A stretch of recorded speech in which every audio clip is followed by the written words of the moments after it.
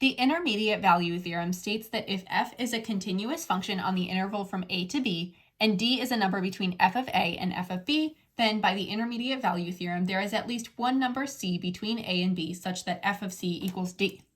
This is a lot of variables here, so I'm going to demonstrate what this actually means on a coordinate plane.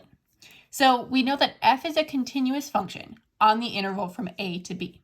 I'm going to label some points a and b down here. I'm going to make this be a, and this is going to be b.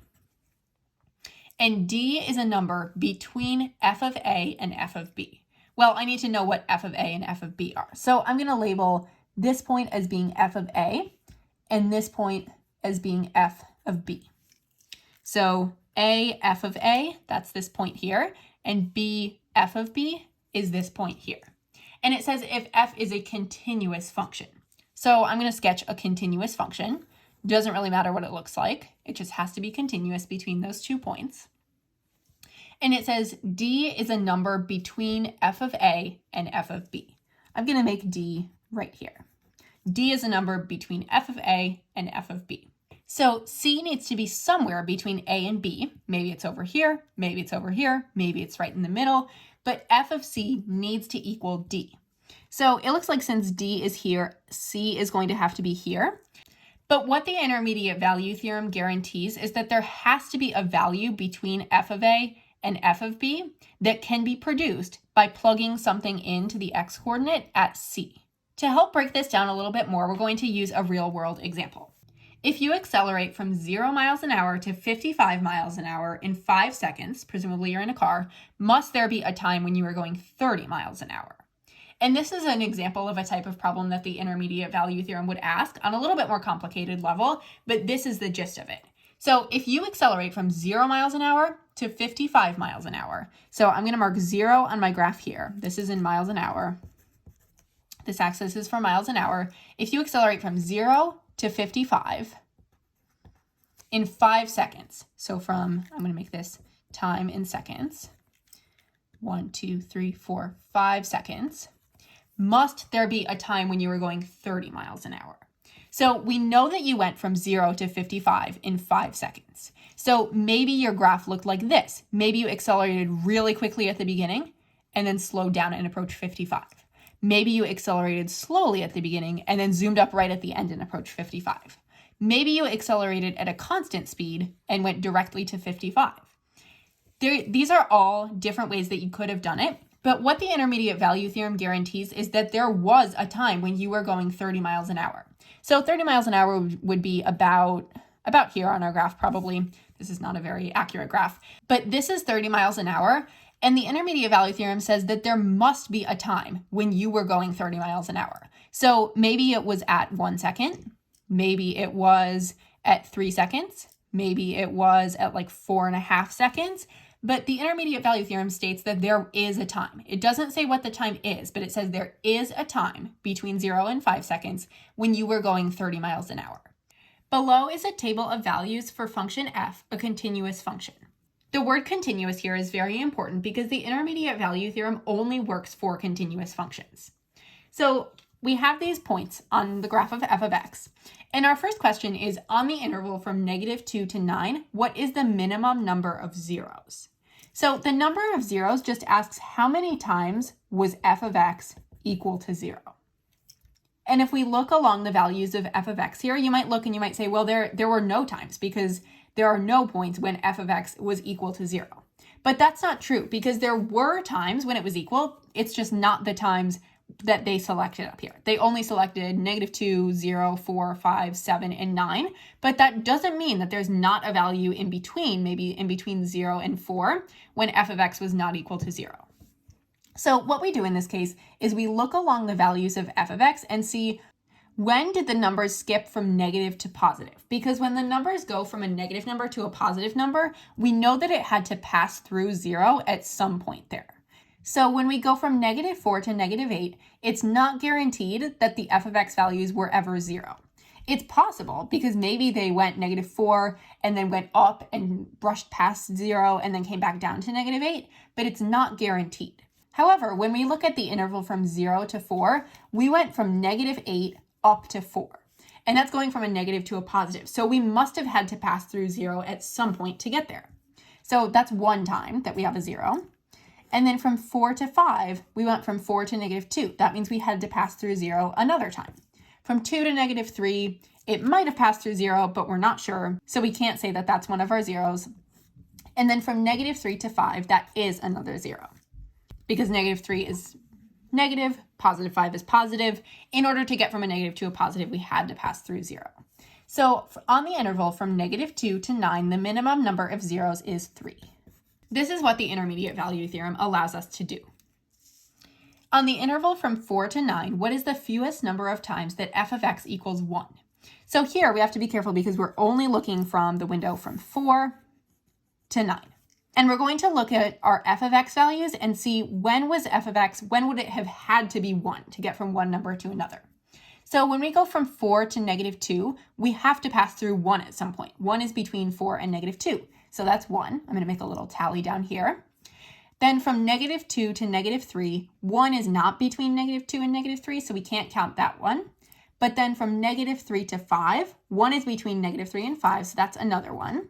So we can say that there were 2 times when we know that f of x equaled 1 between 4 and 9. There might have been more times, but we just don't know. We do know that there had to be at least 2. On the interval from 0 to 5, must there be a value of x for which f of x equals negative 4? Explain. So for this example, we're only looking from 0 to 5, so we have to be mindful of that. This is our window that we're looking in, and we see that the f of x values go from negative 8 to 4 to negative 2. So we know that every number between negative 8 and 4 and every number between 4 and negative 2, we had to hit that number once. That had to be an f of x value at some point on this x interval. There's a specific way that we write that when we're using the intermediate value theorem.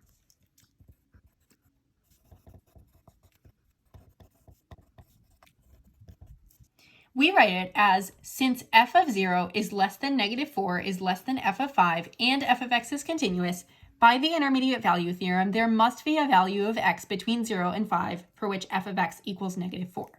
So we saw that f of 0, according to our table, is negative 8, and f of 5 is negative 2. So negative 8 is less than negative 4 is less than negative 2, or we can say that as negative 4 is between negative 8 and 2. And since f of x is continuous, that's one of our conditions for the IVT to work.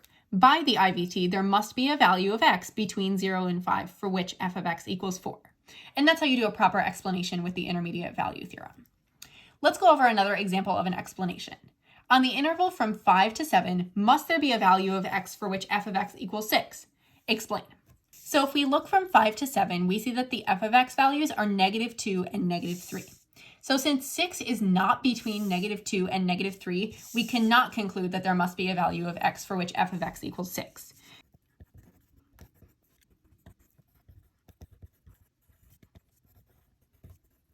We say, since 6 is not between f of 5 and f of 7, or since 6 is not between negative 2 and negative 3, the intermediate value theorem does not guarantee that there is a value of x for which f of x is 6, even though the function is continuous. The table below shows values of the function h at selected values of x. Which of the following statements, if true, would be individually sufficient to conclude that there exists a number c on the interval from negative 2 to 5, such that h of c equals negative 7? So this is worded in a little bit of a confusing way, but what it's asking is that which of these conditions need to be met for the IVT to work on the interval from negative 2 to 5. So option 1 is that h is defined on the interval from negative 2 to 5 for all x. Option 2 is that h is increasing on the interval from negative 2 to 5. And option 3 is that h is continuous on the interval from negative 2 to 5. So I can eliminate option 2 because I know that h of x does not need to be increasing on the interval. It happens to be increasing on this interval, but it doesn't always need to be increasing for the intermediate value theorem to work. It could be decreasing. What I do know is that h needs to be continuous on the interval from negative 2 to 5 in order for the intermediate value to work. That's part of the definition of the intermediate value theorem. And number 1 is also incorrect. And you might be wondering why. You might think, well, h does need to be defined on the interval for all x. And the reason that this would not be sufficient to conclude that we could use the IVT is that we could have a situation like this. and this is not this specific function, I'm just going to sketch out a function in general. Maybe we have a function and we have a discontinuity at x equals 1. This function is still defined for every x value. I have an open dot here. This function is still defined for every x value. There's a y value for every x value in this function, but it is not continuous on the interval. So it's not enough just to know that h is defined on the interval, because there's a chance that it could be defined but not continuous. H needs to be continuous on the interval from -2 to 5. So 3 only is the correct answer. A can of soda is dropped off a cliff and travels in a straight line. During the time interval from 0 to 30 seconds, the can's velocity, v, is measured in meters per second and is a continuous function. The table shows selected values of the function. So on the interval from 0 to 30, must there be a time when v of t equals -9.77? Explain. So here's where I'm going to look at my v of t values. So I'm going to look if there's a time when it must be -9.77. -9.77 is between -8 and -10, so I know that yes, there must be a time when v of t equals -9.77. There must be a time when its velocity was -9.77 meters per second. So now I'm going to write out an explanation AP style.